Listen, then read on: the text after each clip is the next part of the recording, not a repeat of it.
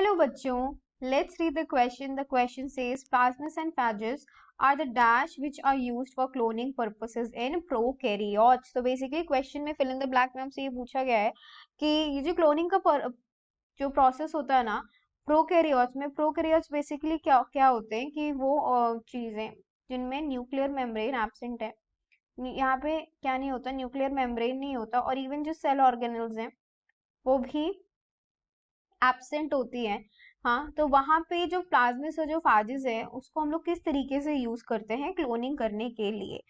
ठीक है, अब हम लोग की कॉन्सेप्ट की बात कर लेते हैं। बेसिकली यहाँ पे हम किस बारे में बात कर रहे हैं, प्लाज्मिड्स और फ्लाजेस और फाजेस। तो पहले तो पढ़ लेते हैं कि प्लाज्मिड्स क्या होता है। प्लाज्मिड्स बेसिकली क्या है, ये एक्स्ट्रा क्रोमोजोमल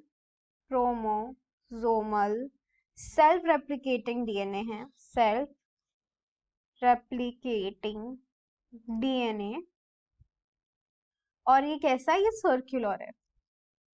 अभी बात करते हैं कि फाजेस क्या होते हैं। फाजेस बेसिकली वायरसेस हैं जो इन्फेक्ट करते हैं बैक्टीरिया को। तो ये क्या है, viruses infecting bacteria.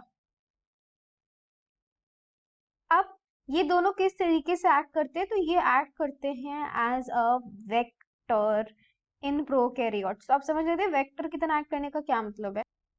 Basically vector होने का मतलब क्या है कि ये क्या करता है, ये इंट्रोड्यूस करेगा या फिर ये ट्रांसमिट करेगा। ठीक है, ये किसको ट्रांसमिट करता है, जो हमारा डिजायर्ड डीएनए फ्रैगमेंट है ना, उसको डिजायर्ड डीएनए फ्रैगमेंट को होस्ट में, डीएनए फ्रैगमेंट को होस्ट में। तो ये क्या करेगा, फॉर एग्जांपल एक वेक्टर होगा, वो खुद को क्या करेगा, प्लाज्मिड्स के अंदर फॉर एग्जांपल उसने खुद को ज्वाइन करा दिया, अटैच करा दिया रिकॉम्बिनेंट टेक्नोलॉजी के थ्रू, और फिर वो क्या करेगा, जाकर के प्रोकैरियोट्स में जुड़ जाएगा। तो इस तरीके से हम देखेंगे कि रिकॉम्बिनेंट जो टेक्नोलॉजी है डीएनए की वो यूज हो रही है प्रोकैरियोट्स के अंदर।